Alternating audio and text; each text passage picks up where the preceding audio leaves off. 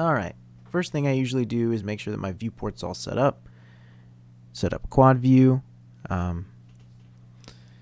Quad view is the default in most 3D software applications like 3ds Max and Maya. Those are the ones that I've used in the past. So I really like having quad view and circling cubes with my mouse cursor, just so you know. But yeah, you have three orthographic views, top, front, right, and then your perspective up in the top right hand corner. So now what I want to do is go ahead and add some reference images so that we have something basically to trace from, because really that's the best way to go. If you already have a character in mind or something, or really anything, you could do it with foliage, like say you drew a cool tree or whatever. But anyway, set it up, and I also really like unchecking the perspective so that the image doesn't pop up in our perspective view up in the top right hand corner. Yeah, it's all gone. Then I want to make sure that really that front there, here you'll see it in a second, that depth is really nice. You can put it in front or back. And the sides, so front means you can only see it in the front, can't see it in the back. The depth has to do with like draw order, basically. So if it's front, it's going to be in front of whatever you put in the viewport. You'll see it. You'll see. But anyway, right now I'm lining up the character so that when I'm doing any modeling, you can see that it's lined up in the front and in the right side. Yeah, so just go ahead and rename this to front if you want, and then copy it, rename that to right,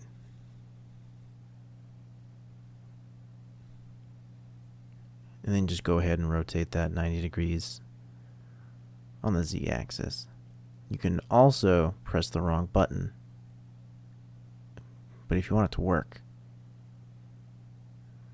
you put it in rotation. Look at that. Go me. I did it. I figured it out. So line up that viewport too.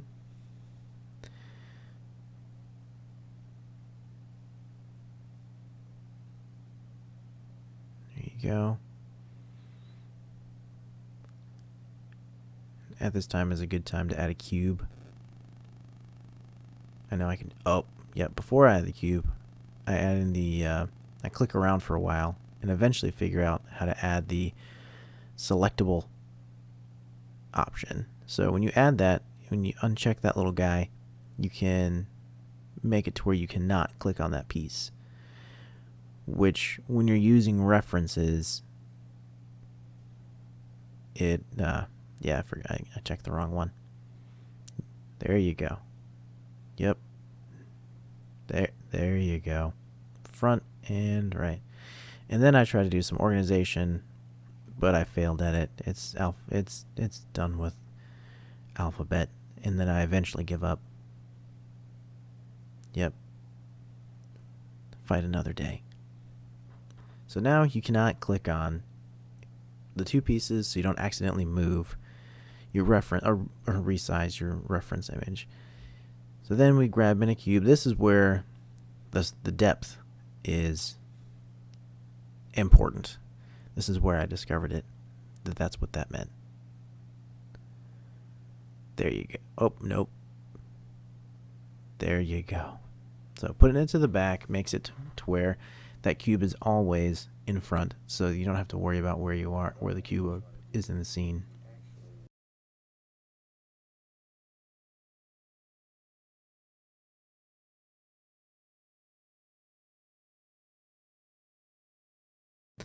But here, this is when you can toggle the, what is it called? Yeah, X-ray mode. Then you can select all the faces. If you don't have that selected, you'll only select the face that's like in the front. So say you have a vertice that are overlapping each other, like right there, you'll only select the top facing vertice. and you won't select the back.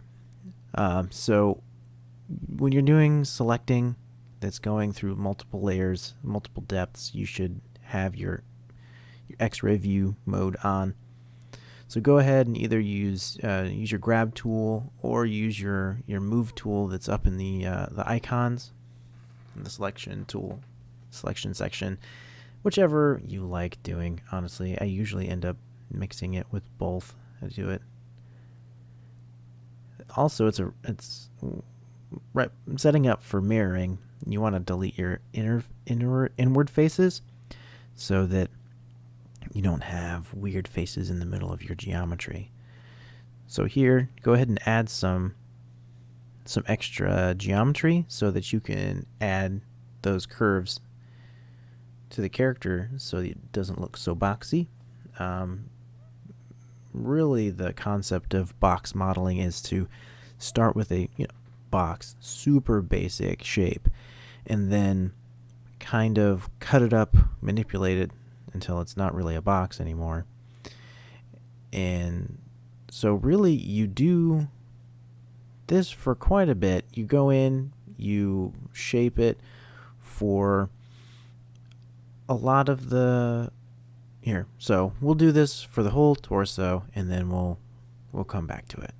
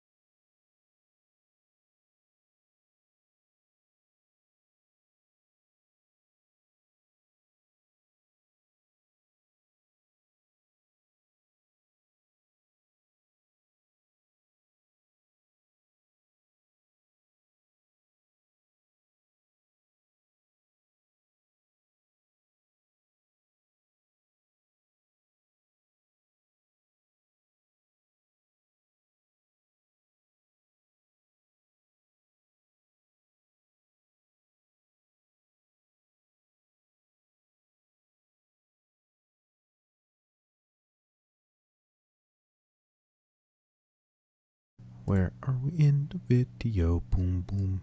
I changed some video stuff right before the leg extrude. Boom, boom. Alright, we finally finished the torso. Now we move on to the leg. Just make sure that you have separation up at the top. You saw me kind of playing with some things, and that was just making sure I did not have overlapping geometry or geometry that was just sloppy. You want to make sure that your geometry is neat and orderly. Go in and really do the same thing that you did for the torso with the leg.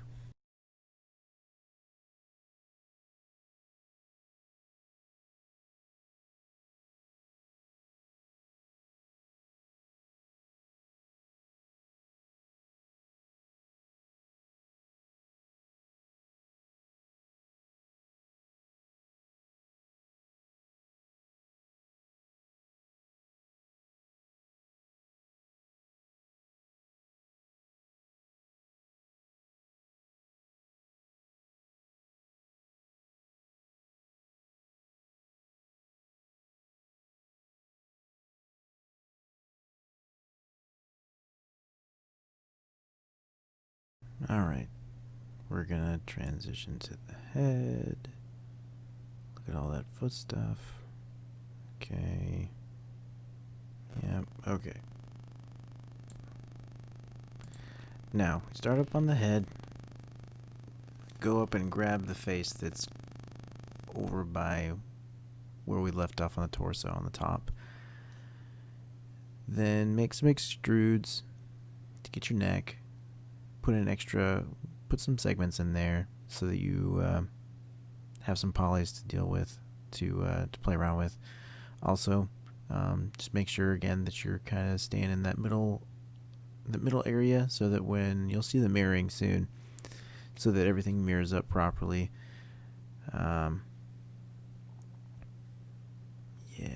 details. If you notice that I try to, when I can, have very nice and straight faces, that really makes it easier later on, or really you've probably already noticed it when, and yeah, I'm having an issue clicking on the right face. I got it. I got there. But when it's nice and straight, it's really easy for you to make loop cuts, and then it's really easy for you to find out where you actually need to add. So here we go. You'll add the neck and the head, and we'll come back in a minute.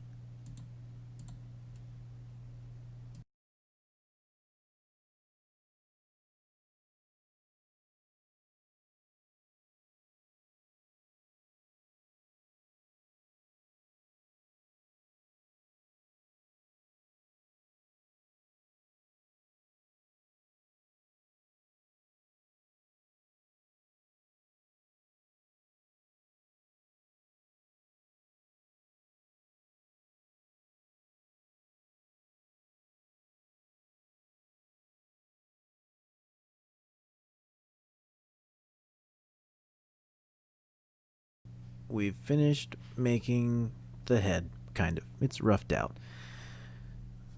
So now we go in and realize that we never named the character. She was a cube, such a square. Sorry. Then go into your modifiers tab, go in there, add the mirror. It's in there under generate. There you go. You can go in. I mean, right now it's messed up, but you just go in there in the mirror object, change it to front, and it go ahead and gets it squared away. Doing that clipping kind of gives it a tolerance of how close those pieces are before they weld them together. But as you can see, even after up in the perspective up in the top right, you can see I didn't quite have some of those in the center, so there's a big hole in her head. So I was trying to fix it, but I end up just going in and aligning all those. Yeah, it's pretty close. Yeah, make it all. But then you see, oh hey, those aren't welded up on top either. So best thing at that point is I went in and just moved those little vertices closer together, and then and at first I forgot to make sure that I was on X-ray mode. So I go back and I fixed it on X-ray mode to make sure that, oh there, I just wanted to show you that when it's on mirror, when you do something to one side, it is applied to both, so it really helps expediency, because most characters are at least mostly symmetrical, so you can get all the symmetrical stuff down, and then you can go back once you've created the entire character to add features that are not symmetrical, things that are very unique and individualized to each side. So I'm just going in and playing with stuff. But after you go in the modifiers tab, add mirror, get it all set up, then you can kind of see there that I forgot to delete some of those faces on the inside. So I have polygons in the middle of my object that no one will ever see. That will no one will probably ever notice, but it's inefficient and is bad practice to have polygons in there. So I go through and I go and delete those faces that you can select multiples by holding down shift while you're clicking, and you can add to your selection, then delete, hit the delete key, click faces. I noticed there was a couple of little edges there, which means I probably have to go clean up some. I probably hit extrude and then right clicked, and I probably have some overlapping lines right there, but I'll use them later. I have no doubt that I'll need extra detail on the neck or in the chin area. So basically, you delete those all the way down to where the leg is. You don't need to delete them in the leg because your legs don't touch. Well, this person's leg doesn't touch anyway.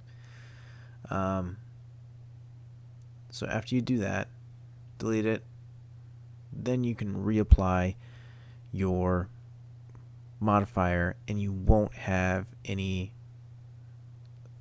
interior conflicting faces, because that was like maybe 12 faces and well, maybe 9, so like between 9 and 12 faces, and then multiply that by 2 because it did it on the other side. It was a mess. So now we don't have that issue. We don't have weird polygons. Yeah, she's gonna need a little TLC. Her head looks a little bit like from the movie Aliens, or Mars Attacks. Yeah, that's pretty much it. Just ship it. We're done. Mars Attacks, Alien. But, oh yeah, I just wanted to hit 0 on the number pad and did a quick render. It's nothing special yet, but I'm about to go ahead and add the arms. You go in X-ray mode, get your cut tool. I went in, and at first, really you have to have some extra polys in there. And this is when having nice structured polygons is a good thing. I'll go in and basically I'll use that cut tool that's right below the loop cut, and I'll cut. Just make sure that you start on an edge or a vertice and end on an edge or a vertice. Really, best case is starting on a vertice and then ending on a vertice. But at least ending on an edge, that's better too. I accidentally, so there's some trial and error here, just because I'm not used to this interface. I eventually figure out that line to the right of my cursor is not a polygon line that I can snap to. I figured it out someday right there. So right there, if I had done that and left it, I guess it would have probably been okay, but then I would have had a floating vertice all in the middle of nowhere. So after you do your cuts, hit enter and it'll solidify them. So after I figure out cutting, so yeah, best case is to go from vertice to vertice, because if you have vertices floating in the middle of nowhere, you're okay sometimes, but that's not the best, just because sometimes you'll have pinching of your geometry. So best case, I should have started at the top where the vertex of the top of the arm should have been in the bottom of the arm. So I realized some of this, and I cleaned it up a little bit. I still don't think that I did it 100% right. It was a long day. It wasn't bringing my A game to the table. I still am not bringing my A game to the table. This is like a B, maybe B minus, depending on your grading weighted. If there's a curve, I don't know actually even know how curves work. Grading curves anyway. But hit enter, get your other side in, and once you have it all cut out like that, you can just go back to your face selection and then extrude, and then we're back in the same game that we were just a minute ago. Alright, well, this is some basics of box modeling. We can go over adding finer detail, adding nose, eyes, like really cutting in the fingers. We'll go into the nitty gritty later, but this here, you can tweak this for a long time. You can go pretty deep just in this. You can add further detail to the head, to the arms, to the legs, torso. You can really get in there. But for now, we'll stop there. And we'll dig deeper next time. I'll probably put this on YouTube. I'm sure a couple people will watch it. Who cares? Whatever. Good night.